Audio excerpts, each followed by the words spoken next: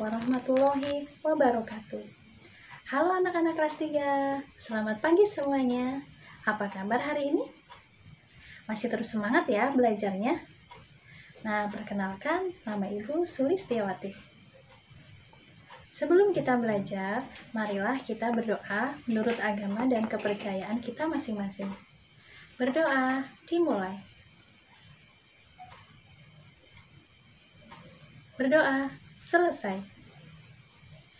Hari ini kita akan belajar materi kelas 3, tema 1, subtema 4, pembelajaran kedua, yaitu mengenai pertumbuhan dan perkembangan tumbuhan.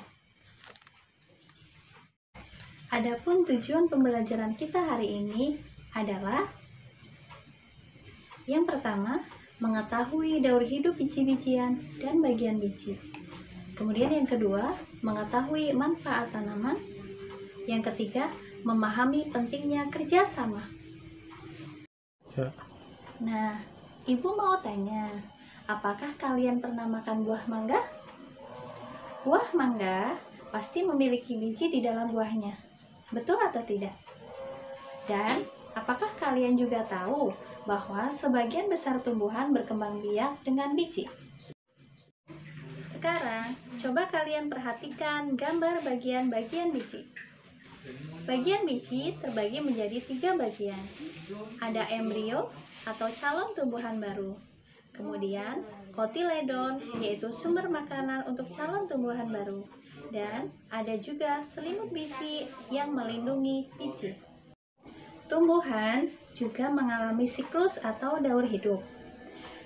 Lalu, kalian amati juga gambar daur hidup tumbuhan semangka. Daur hidup tumbuhan semangka dimulai dari biji. Biji semangka yang sudah terpisah dari dagingnya akan menjadi benih semangka.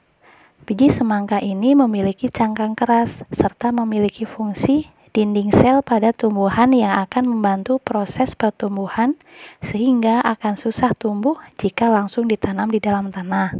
Nah, biasanya biji semangka ini direndam terlebih dahulu di air hangat dengan suhu berkisar 40 derajat untuk merangsang pertumbuhannya bahkan sampai keluar tunas pertamanya.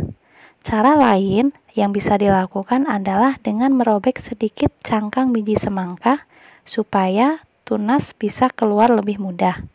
Namun cara ini dirasa tidak efektif karena membutuhkan waktu yang lama. Benih ini kemudian ditanam di polybag atau bisa menanamnya langsung di lahan pertanian dengan cara melubangi tanah kira-kira ke dalam 5 cm dan tabur benih tersebut.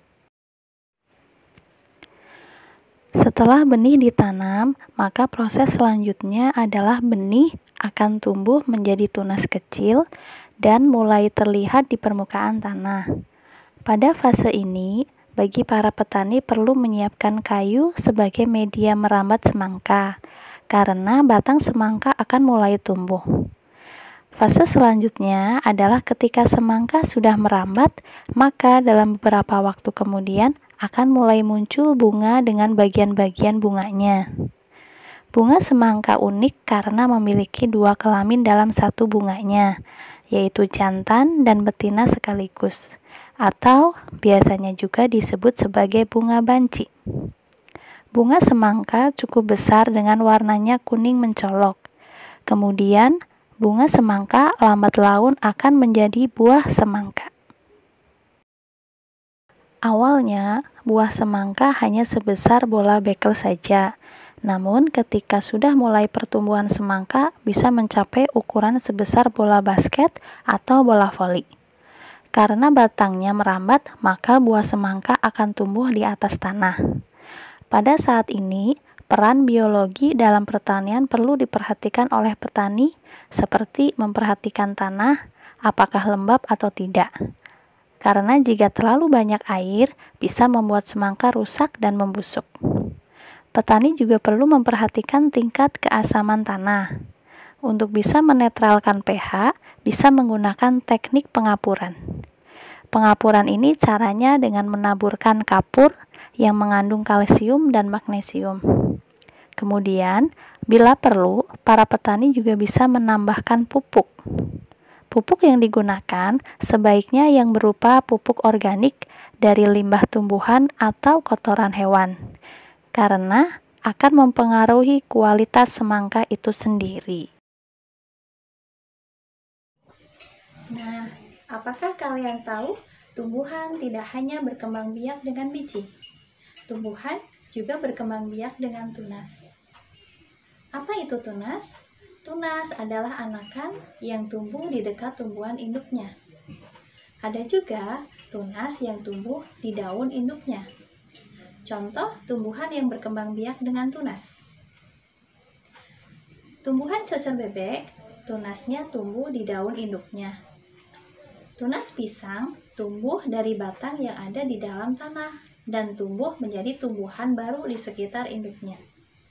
Pohon bambu juga berkembang biak dengan tunas. Anakan pohon bambu akan tumbuh di dekat tumbuhan induknya. Batang pohon bambu banyak manfaatnya. Salah satu manfaatnya digunakan untuk bermain. Bambu dapat digunakan dalam permainan lompat bambu. Bermain lompat bambu memerlukan kerjasama yang baik antara sesama pemegang bambu maupun pemainnya. Jika tidak ada kerjasama, akan membahayakan pemain dan pemegang bambu. Tangan pemegang bambu bisa terjepit jika tidak bekerja sama dengan baik.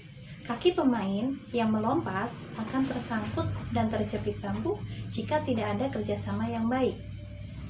Selain kerjasama, konsentrasi pemain juga sangat penting karena akan membahayakan seluruh pemain.